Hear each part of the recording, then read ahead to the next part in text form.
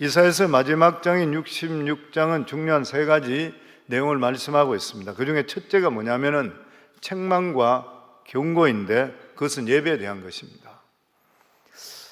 우리에게 믿는 자들에게는 예배보다 더 중요한 것이 없습니다. 예배를 통해 힘을 얻게 되는 것이요, 능력을 받게 되는 것이죠. 우리가 하나님께 하는 행위 중에서 예배보다 더 중요한 것은, 그리고 예배보다 더 우선순위가 될 수 있는 것은 없습니다.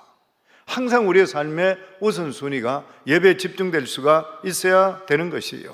그래서 우리 인생에 가장 중요한 것은 하나님께 드리는 것이 예배입니다. 우리 서울교회 하나님의 위대하심, 하나님의 그 영광, 그리고 놀라우신 그분을 찬양하는 것이 우리 삶 속에 최고 우선순위가 되어야 되는 것이에요. 그래서 예배를 진실로 우리가 진정으로 드리게 될 때에 하나님께서 우리 삶 속에 만사를 형통하게 만들어 주시는 것이에요. 그래서 우리가 우리 삶의 예배 승리가 인생 승리로 연결되게 되어 있는 것입니다. 그렇기 때문에 우리 삶의 형식적이고 습관적인 예배는 중지해야 되는 것이에요. 참된 예배가 그 예배 대상 대신 하나님께 영광 돌리게 되고, 그리고 하나님을 또한 경험하고, 그리고 신령과 진정으로 예배드리고, 그리고 하나님을 영화롭게 할 수 있는 것을, 이라는 것을 우리 마음속에 항상 다질 수가 있어야 되는 것이에요. 항상 우리 삶 속에 예배 중심, 성전 중심, 기도 중심, 말씀 중심으로 살기를 주 이름으로 축원합니다. 예루살렘 성 안에는 가장 중요한 건물이 하나 있는데 그것이 뭐냐면 바로 예루살렘 성전입니다. 근데 이 예루살렘 성전에 대해서 하나님과 이스라엘 백성들 간의 생각이 달랐습니다. 하나님께서는 예루살렘 성전을 통해서 하나님과 이스라엘 백성들이 서로 만나길 원했던 만남의 장소가 되기를 원했던 것이에요.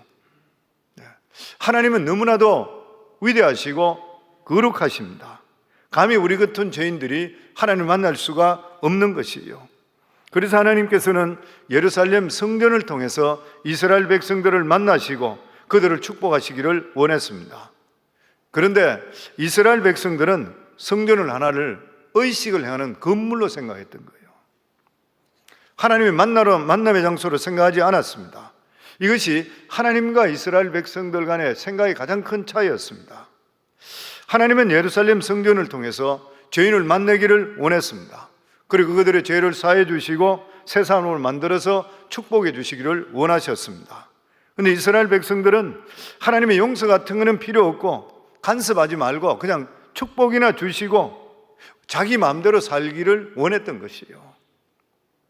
그래서 성전이라는 것이 하나님과 죄인과의 어떤 만남의 장소라기보다는 그냥 이스라엘 백성들은 하나님께 제사 드리는 장소, 우상에게 제사 드린 것과 똑같이 그냥 제사만 드리면 되는 장소로 생각을 했던 것이에요. 원래 제사라는 것은 하나님과 만나는 것입니다.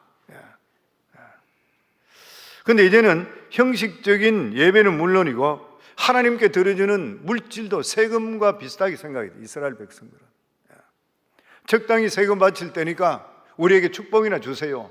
우상 숭배와 똑같이 변해버렸습니다. 이렇게 이스라엘이 타락하게 됐을 때 결과적으로 망했는데, 하지만 하나님께서는 이 성전의 기능을 결코 포기하실 수가 없다고 분명히 말씀하셨습니다. 지금 이스라엘 자손들은 성전문을 막고 있는 그러한 자들인데 오는 자들도 막아버리고 사람들이 회개하는 길도 막아버렸던 것이에요. 그래서 하나님께서는 결과적으로 예루살렘을 망하게 하셨습니다. 그리고 유다 백성들을 예루살렘에서 다 쫓아내고 포로로 잡혀가게 만들어버렸던 것이에요. 그리고 누구든지 이제는 진심으로 원하는 자들 마음껏 하나님께 나올 수 있는 새로운 성전을 만드셨습니다. 그것이 뭐냐면 바로 지금의 신약 교회인 것입니다. 그래서 이사야서 후반부는 예루살렘의 멸망과 유다의 포로됨을 기정사실화하면서 하나님께서 그리스도를 통해서 예루살렘을 어떻게 회복하실 것인가에 대해서 이야기하고 있습니다. 이사야서 66장에 와서 다시 처음으로 돌아가 왜 예루살렘이 망해야 되는지, 그리고 그 후에 신약 교회를 통해서 어떻게 성전이 회복될 것인지 보여줌을 통해 예언을 마무리 짓고 있는 것입니다. 우리 10절부터 11절까지 저희들 다시 한번 같이 읽겠습니다. 예루살렘을 사랑하는 자들이여 다 그 성읍과 함께 기뻐하라. 다 그 성읍과 함께 즐거워하라. 그 성을 위하여 슬퍼하는 자들이여 다 그 성의 기쁨으로 말미암아 그 성과 함께 기뻐하라. 너희가 젖을 빠는 것 같이 그 위로하는 폼에서 만족하겠고 젖을 넉넉히 빤 것 같이 그 영광의 풍성함으로 말미암아 즐거워하리라. 이 본문에 보면 눈에 보이는 예루살렘이 무너지고 불탔는데 기뻐하라. 성이 무너지고 불탔는데 기뻐하라. 그 이유가 뭐냐면은 이제는 예수 그리스도로 말미암아 온 세상이 예루살렘으로 다 변하는 거예요. 그것에 복음이 증거되고 하나님의 은혜가 임하게 되고 이제는 전 세계 어느 방방곡곡마다 하나님의 축복과 능력이 임하기 때문에 예루살렘 성이 타는 것을 망하는 것을 오히려 너희들은 기뻐하라. 이제 신약 교회가 예루살렘인 것입니다. 오늘날 교회가 예루살렘이기 때문에 우리는 교회에 나와서 마음껏 하나님을 찬양하는 거예요. 마음껏 하나님께 예배드릴 수 있는 이러한 은혜와 축복을 우리에게 허락해 주시는 것이에요. 이제 우리가 기억해야 될 것은 더 이상 이스라엘 민족들의 전척을 밟아서는 안 되는 것입니다. 우리의 행복은 믿음 안에 있을 때 하나님께 책임져 주신다고 약속해 주셨습니다. 그렇기 때문에 우리들은 우리에게 허락하신 이 교회 성전을 우리가 믿음으로 지킬 수가 있어야 되는 것이고, 이 성전을 통해 수많은 사람들이 구원받고 그 사람들이 하나님의 사람으로 바뀜을 통해 하나님께 영광 돌리는 대로 우리들도 그리고 우리 교회도 사용될 수가 있어야 되는 것이에요.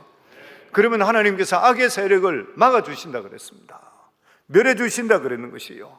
마른 뼈 같은 수많은 사람들을 성령의 능력으로 말미암아 하나님의 백성으로 태어날 수 있는 이러한 부흥을 우리에게 주신다고 약속해 주시는 것이에요. 그러나 이 이사야 선지자는 이사야 마지막 부분에 무조건적으로 밝은 미래에 대해서 약속하지는 않고 있습니다. 우리들과 그리고 이스라엘 백성들, 우리의 미래에 대해서 축복과 저주가 있다 이렇게 말씀합니다. 즉 우리의 미래는 무조건 잘 사는 것 혹은 무조건 망하는 것이 아니라, 그것이 정해진 것이 아니라 그야말로 우리가 하기에 따라 달라진다는 것이에요. 하기에 따라. 그래서 여기에 우리에게 믿음이 필요한 것입니다. 하나님 말씀 믿고 하나님 말씀대로 나아갈 때는 다시 한번 복을 얻을 것이라. 그러나 하나님 말씀을 믿지 않고 자기 생각대로 세상을 따라가게 될 때는 네가 지금 받았던 축복도 서리같이, 서리가 내리게 되면 풀이 시든가 같이 그렇게 말라버릴 것이라. 하나님은 우리에게 복음을 붙들게 할 때는 두 가지를 주신다고 약속했습니다. 하나는 외적인 평강이고, 그리고 두 번째는 내적인 건강입니다. 이 세상에 수많은 재앙 중에서 가장 최악의 재앙이 뭐냐 하면은 전쟁이라 그럽니다. 우리는 지진이 나고 뭐 이런 것으로 생각하는데 전쟁이라 그래요. 왜냐하면 전쟁이 일어나면 가정이 먼저 파괴됩니다. 그리고 전쟁이 일어나게 될 때는 인생이 파괴되고, 그리고 전쟁을 통해 자연이 초토화되어 버려요. 황폐해 버립니다. 우크라이나 보세요. 가자 지역 같은 거 보세요. 6.25 동란은 어땠습니까? 완전히 황폐합니다. 가족끼리 다 뿔뿔이 어지고 가족끼리 죽게 되고 가정이 파괴되고 나라가 되고 자연이 완전히 황폐해 버린 것이에요. 이스라엘 백성들을 서로 간에 자기들이 인사할 때 살롬이라 그러잖아요. 살롬이 당신 평안하십니까? 그 말이잖아요. 한국 같으면 옛날에 우리 어릴 때 자랄 때는 항상 인사할 때 사람 만나면 식사하셨습니까? 밥 잘 수 있습니까? 그게 인사였어요. 왜냐하면 굶는 사람이 너무 많았기 때문에. 이스라엘 백성들은 항상 전쟁이나 이런 걸 통해서 불안했기 때문에 평안하십니까? 이게 인사였던 것이에요. 그런데 하나님께서는 뭐라 그러십니까? 너희가 복음을 붙들게 될 때는 이러한 외적을 막아 주시겠다는 것이에요. 성경에 보면 여호사밧 때든지 아니면 히스기야 왕 때든지 어떤 적도 믿음 안에 바로 설 때는 틈타지를 못하게 했던 것이에요. 성도는 우리가 믿음 안에 바로 서게 될 때 악한 것들이 틈타지 않도록 성령께서 우리 삶 속에 불담이 되어 주실 줄을 믿습니다. 눈에 보이지 않지만 우리가 너무나 잘 알고 있듯이 엘리사 때도 마찬가지잖아요. 엘리사 때도 수많은 아람 군사들이 찾아왔지만 그 뒤에 하나님의 병사들, 불말과 불병거가 사 있는 거 보잖아요. 그러니까 오늘도 우리가 믿음으로 사시는 성도들에게는 하나님께서 불병거와 불말을 보내주세요. 우리를 보호해 주시는 줄 믿습니다. 아멘.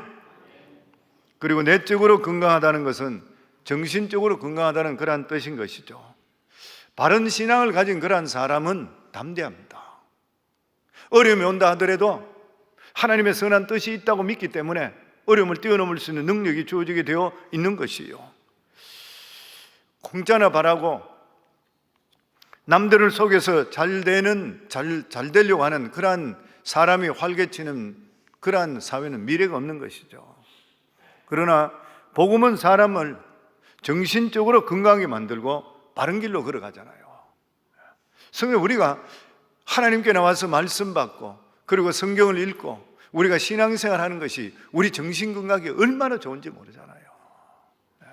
그러니까 우리가 복음을 가지게 될 때에 외적으로 평강, 우리 삶 속에 환경적인 하나님의 보호하심이 있고 내적으로는 우리 삶 속에 하나님을 신뢰하는 마음 때문에 담대함이 생기는 것이고 그렇기 때문에 우리가 정신이 바로지는 것이죠. 얼마나 귀한 복을 누리고 살아가는지 모르는 것이요. 그래서 우리가 복된 사람이에요, 성도님들.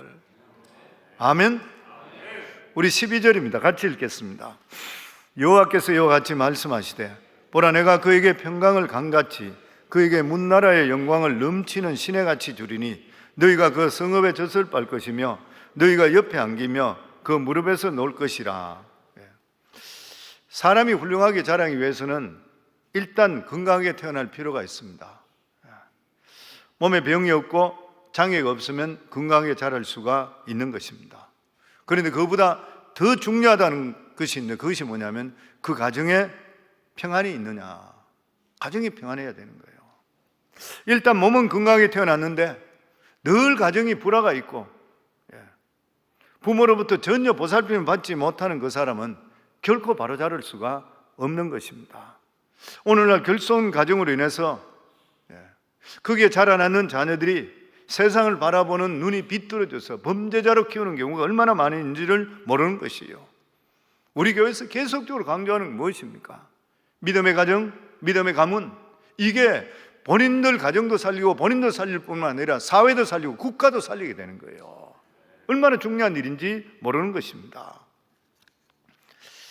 미국의 FBI 존 에드가 후보, 그 사람이 유명한 사람이죠. 사실 미국에 21살에 법무부에 들어가서 이 사람이 29살에 FBI 국장이 됐다 그러니까, 그리고 FBI 국장으로 48년 동안 있었던 사람, 전설 같은 사람이죠. 에드가 후보. 그는 이렇게 말했습니다. 범죄자들에 대해서 당대 최고 전문가를 할 수 있는데 거기 했는 말 이런 말 했어요. 오늘 교회 나가지 않는 아이는 내일 범죄자가 될 수 있다. 자기가 겪었던 것은, 수십 년 겪었던 것은 그거라는 거예요. 세계적인 범죄학자이고 미국 FBI 국장으로서 48년 동안 범죄 세계를 들여다본 사람의 한 말입니다. 처음으로 오늘 교회 나가지 않는 아이는 내일의 범죄자가 될 가능성이 많다. 죄를 일으키는 대부분의 사람들이 하나님을 믿지 않기 때문에 성경이 아닌 이 세상에 날조된 그러한 지식, 이런 것을 가지고 살다 보니까 범죄자가 된다고 하는 것이에요. 하나님 말씀이 주는 바른 지식과 바른 삶을 살아가는 것, 이게 참된 지식인 것이에요. 그래서 하나님 말씀이 생명입니다. 복음이 인간을 살리게 되어 있는 것이에요. 그런데 우리에게 신약시대의 가장 큰 축복은 뭐냐면은 우리 각 사람에게 성령의 내주하심입니다. 성령의 내주하심이죠. 우리 한 사람 한 사람이 말씀과 성령으로 건강한 체질로 태어날 뿐만 아니라 우리가 이렇게 태어남을 통해 예루살렘의 주의가 바뀌게 되는 것이에요. 과거 이스라엘에 있던 예루살렘처럼 힘도 없고 병들고 이러한 것이 아니라 은혜가 넘치고 생명이 넘치는 이러한 것들이 성령을 통해 나타나게 돼요. 성령께서 우리에게 새로운 힘을 늘 주시기 때문인 것입니다. 그래서 오늘 12절 읽은 말씀 보면 내가 그에게 평강을 강같이 준다. 새로 만들어질 예루살렘에 대해서 말씀하고 있습니다. 과거에는 예루살렘의 은혜가 메말라서 서로가 갈등하고 그리고 미움을 이기지를 못했는 것이에요. 그런데 복음의 시대가 되게 될 때는 예루살렘에 얼마나 은혜가 넘치는지 분열이나 다툼이 일어나려고 하더라도 은혜로 덮어버리기 때문에 문제될 것이 없다고 하는 것이에요. 그래서 여기서 잠깐 우리가 이 신약 복음 시대가 구약과 무엇과 다른 것인지 한번 생각해 볼 수 있어야 됩니다. 구약 시대 이스라엘 백성들은 이 약한 체질의 아이와 똑같다, 그렇게 비교된 게 있어요. 그들의 몸이 약하기 때문에 면역성이 약한 거예요. 몸에 바이러스가 들어오면 이기질 못하게 되는 것이에요. 그러니까 인큐베이터 안에 살아야 되는 거 똑같아 그래요. 그 자기들을 지켜주는 것이 인큐베이터인데, 인큐베이터가 뭐냐면은 율법이고, 그리고 또한 이스라엘 나라라 그랬던 거예요. 마찬가지로 이스라엘 백성들은 하나님의 백성인데도 불구하고 죄를 이길 능력이 없는 것이요. 그래서 항상 율법의 테두리 안에서 무리하지 않고 조심스럽게 그들은 살아야 돼요. 그러니까 율법이 자기들에게는 완전히 우상이에요, 그들에게는. 근데 그들에게 치명적이었던 것은 그들을 보호하는 예루살렘 성전도 건강하지를 못했다는 것이요. 왜냐하면 성전에 있는 지도자들, 종교 지도자들, 욕심들을 부리게 되니까 예루살렘 전체 성전까지도 오염되어 버리는 것이고, 이스라엘 백성 전체가 버림받게 되었는 것이에요. 그러나 신약의 교인들은 하나님의 말씀과 성령으로 거듭났기 때문에 건강한 어린아이 같다고 비교되어 있어요. 건강한 어린아이 같다. 몸 안에 병균도 없고 죄를 이길 수 있는 그러한 항체가 우리 속에 있기 때문에 얼마든지 건강하게 성장할 수 있다는 것이에요. 왜 그러냐면 성령께서 우리 속에 내주하시기 때문에 그렇습니다. 이게 완전히 틀리는 것이에요. 그래서 로마서 8장 26절부터 보면 이와 같이 성령도 우리의 연약함을 도우시나니 우리는 마땅히 기도할 바를 알지 못하나 오직 성령이 말할 수 없는 탄식으로 우리를 위하여 친히 간구하시느니라.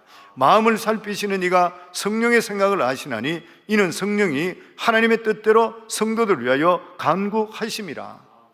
그렇기 때문에 성령께 이렇게 하시기 때문에 28절로 연결돼서 우리가 알거니와 하나님을 사랑하는 자 곧 그때로 부르심을 입은 자들에게는 모든 것이 합력하여 선을 이루느니라. 아멘. 이와 같이 신약 교인들은 성령을 통해서 모두 건강하게 태어났습니다. 그래서 진리를 받아들인 데 대해서 아주 강한 것이요. 그래서 웬만한 어려움이나 힘든 일이 있다 하더라도 우리가 말씀을 가지고 있고 성령의 도우심 때문에 그걸 뛰어넘을 수 있는 능력이 임하게 되어 있는 것이요. 그래서 우리 자신들 한 사람 한 사람이 더욱더 변화됨을 통해, 우리가 더욱더 건강함을 통해서 하나님의 주시는 교회에 놀라운 성령의 역사를 주시어서 우리들 통해 수많은 사람들에게 변화의 역사를 일으킬 수 있는 그러한 주역이 될 수 있는 귀한 축복이 우리에게 주어져 있다고 하는 것입니다. 그러면서 오늘 여기 또 말씀해 보면 그에게 문나라의 영광을 넘치는 시내같이 주리니 너희가 그 성읍에 젖을 빨 것이며 너희가 옆에 안기며 그 무릎에 놓을 것이라. 너희 그에게 문나라의 영광을 넘치는 시내같이 주리니, 문나라의 영광을 준다. 이것은 세상의 어떤 영광보다도 더 큰 권세를 교회에 주신다는 것이에요. 그것이 무엇입니까?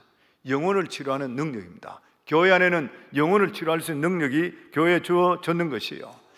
물론 세상 영광도 귀한 것입니다. 뛰어난 교육도 필요하고 뛰어난 문화도 있는 것입니다. 이것이 일반 정신적인 세계를 얼마나 아름답게 만드는지를 모르는 것이요. 그러나 이 문나라, 곧 열방의 이 영광은 사람을 두고 옷만 아름다운 옷을 입었지 아내가 바뀌지 않은 것과 똑같은 것이요. 예루살렘의 영광은 사람 전체를 변화시키는 것입니다. 그러니까 문나라의 영광은 인생이 완전히 어떤 실패했는 사람이라 하더라도 하나님의 영광이 그 속에 임재하게 되면은 사람이 변화되는 역사가 임하게 되어 있는 것이요. 그래서 그런 말이 있잖아요. 세상의 법으로는 바꿀 수 없는 그런 사람이 교회 와서 하나님 말씀 듣는 순간에 성령의 한순간의 인치심을 통해 인생이 180도로 바뀌는 것이에요. 이게 어디서 일어날 수 있습니까? 하나님의 은혜와 교회 외에는 이루어질 수가 없는 것이에요. 그래서 오늘 여기 말씀에 보면은 문나라의 영광이 아무리 좋다 한다 하더라도 우리 인생을 전체로 바꿀 수 있는 그러한 능력은 오직 교회를 통해 성령이 주시는 은혜로 이루어지게 되어 있다고 하는 것이에요. 여러분도 그렇고 저도 그렇잖아요. 하나님의 은혜가 임하지 않고는 어떻게 우리가 변화될 수 있어요? 이거는 세상에서 받을 수가 없는 은혜를 하나님께 우리에게 허락해 주시는 것입니다. 그러면은 그리스도 개인과 교회는 어떤 관계가 있는 것입니까? 우리 개인이 건강한 어린아이라면 교회는 어머니라 그러죠. 요람이라 그러죠. 본문에서 예루살렘에 아이에게 젖을 먹이고 무릎을 올려서 돌보는 어머니로 비유하고 있습니다. 물론 개인적으로 성경을 읽으시고 은혜 받을 수 있습니다. 그리고 기도 가운데 응답을 체험할 수도 있는 것이요. 우리가 하나님 말씀을 받고 기도하고 응답받고, 이 말이 뭐예요? 내 영혼이 건강하다는 증거인 것이에요. 하지만 아이가 건강하다 해서 어머니가 필요 없는 것은 아닌 것입니다. 어린아이는 부모의 돌보심과 사랑이 지속적으로 계속적으로 받아야 되는 것입니다. 마찬가지로 하나님께서는 교회를 통해서 우리에게 필요한 은사를 공급해 주시고, 교회를 통해서 죄의 세력을 보호해 주시고, 교회를 통해서 하나님께서 원하시는 그릇으로 만들어 주시는 것이에요. 그래서 교회가 하나님 말씀으로 성령으로 충만하게 될 때 그 은혜가 넘쳐서 성도들 한 사람 한 사람을 기량의 30배, 100배 이상 뛰어난 사람으로 만들어주는 것이 바로 교회인 것입니다. 아멘? 이렇게 되는 비결이 어디에 있는 것입니까? 바로 하나님 말씀의 능력이 있잖아요.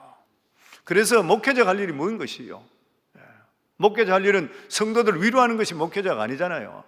목회자는 하나님 말씀을 연구하고 나서 그 말씀으로 성도들을 강한 사람으로 만들어야 돼요. 영적으로 강해 만들고 이 세상을 살아갈 때도 지치지 않고 힘차게 나갈 수 있는 사람, 물론 교회 와서 위로도 받고 치유도 받아야 되지만 무엇보다도 교회 와서는 하나님 말씀으로 강한 그리스도의 좋은 군사로 만드는 것이 목표가 될 수가 있어야 되는 것이에요. 저는 우리 성도들 모두 다가 그리스도의 강한 군사가 다 되기를 주의 이름으로 축원합니다. 그래서 하나님 말씀이 우리 속에 넘치게 되고 은혜가 넘치게 되면 자연적으로 강하게 만들어지게 되어 있는 것이고, 죄와 유혹을 이길 수 있는 능력의 사람이 되게 되어 있는 것이에요. 마지막으로 13절과 14절 저희들 같이 읽겠습니다. 어머니가 자식을 위로한 같이 내가 너희를 위로할 것인즉 너희가 예루살렘에서 위로를 받으리니 너희가 이를 보고 마음이 기뻐서 너희 뼈가 연한 풀의 무성함 같으리라. 여호와의 손은 그의 종들에게 나타나겠고 그의 진노는 그의 원수에게 더하리라. 믿는 사람이 교회 안에서 제대로 은혜를 공급받으며 자라가는 것이 굉장히 중요합니다. 여기 보면 너희 뼈가 연한 풀의 무성함 같으리라. 연한 풀은 이제 막 자라기 시작하는 풀을 말하는데, 뼈가 마치 풀이 쑥쑥 자란 듯이 자라게 되면 얼마나 키가 크겠어요. 보면 이것을 예수님께서는 겨자씨 비유와 같이 말씀했습니다. 겨자씨는 아주 작지만 한번 자라기 시작하면 어떤 풀보다도 빨리 자라고 쑥쑥 자라서 나중에는 새들이 앉을 수 있는 그러한 나무가 된다 그랬습니다. 교회가 이런 모습이 돼야 된다는 거예요. 교회가 이런 모습이 돼야 됩니다. 교회가 이런 모습으로 회복돼야지 교인들이, 성도들이 세상의 능력을 발휘할 수 있는 삶을 살 수 있게 되는 것이고, 뼈가 쑥쑥 자란같이 건강한 사람이 되게 되어 있는 것입니다. 과거에는 예루살렘에서는 하나님께서 이방인을 통해서 예루살렘 백성들을 치셨습니다. 그러나 이제는 그렇게 할 일이 없습니다. 왜냐하면 성령께서 내주하시고 우리가 신앙생활 잘하게 될 때는 매맞은 하지 않기 때문인 것이요. 말씀을 붙들고 신앙생활하는 그러한 성도님들 얼마나 지혜롭게 사는 것이요. 하나님께 징계할 필요가 없는 것입니다.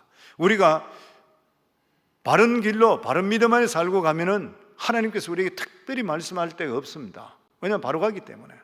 우리가 잘못된 길로 갈 때는 하나님께서 우리를 깨닫게 해주시는 것이요. 그런데 우리가 바른 길로 그냥 살아가게 될 때는 하나님께서 우리에게 특별하게 말씀하지 않더라도 우리 길이 형통하게 되어 있는 것입니다. 그렇기 때문에 우리에게는 하나님 말씀 붙들고 계속적으로 믿음 안에 사시게 되면 지속적인 부흥이 일어나게 되어 있고 하나님이 주시는 복을 받게 되어 있는 것이요. 그렇기 때문에 우리 삶 속에 나에게 나쁜 습관이나 나쁜 버릇이나 이런 것들은 제해버리시고 항상 믿음으로 살아가는 일에 대해서 집중하시게 될 때에 특별한 일 없이 하나님의 귀한 복이 임할 줄을 믿습니다. 그래서 복음 시대에만 가장 큰 축복이 뭐냐면은 성령의 특별한 능력이 우리 속에 임하는 것입니다.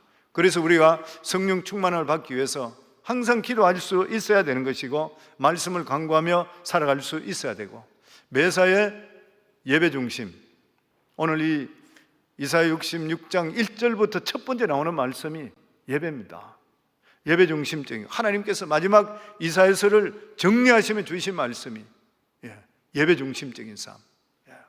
그리고 우리에게 성령을 주셨으니까 성령 충만한 삶, 이러한 삶을 살아가게 될 때 하나님께서 우리 삶 속에 지속적인 축복을 주는 거예요. 성도님들 인생의 삶 속에 가장 귀한 복이 뭐예요? 내 삶 속에 지속적인 하나님의 은혜를 체험하는 것이죠. 저는 우리 성도님 모두 다가 이렇게 살아서 예배 중심, 우리 한번 따라해 보시죠. 내 삶이 예배 중심, 성전 중심, 말씀 중심, 기도 중심적으로 살자. 아멘. 그러면 하나님의 반드시 지속적인 축복이 우리 성도의 삶 속에 임할 줄을 믿습니다.